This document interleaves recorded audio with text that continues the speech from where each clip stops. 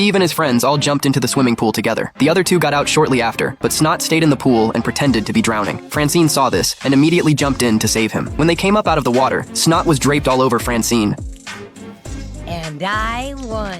Snot then went to school and bragged about the whole thing to his classmates, using balloons to illustrate the story. As it happened, Steve witnessed this and, upon learning that Snot had behaved so disrespectfully toward his mother, was furious. He threw a punch straight at Snot, but his arms were so weak that his fist didn't even make contact. Since that hadn't worked, Steve decided he would do the same thing to Snot's mom. He faked a hand injury and went over to Snot's house. After finding out that Snot wasn't home, Steve asked if he could have a glass of water, and even had Snot's mom hold the glass up for him to drink. Just as Steve was about to make his move, however, he spilled the orange juice all over the place, and his plan clearly fell through. But then, as Snot's mom bent down to wipe up the juice, she accidentally bumped her head into Steve. Steve then used balloons of his own to describe exactly what had just happened.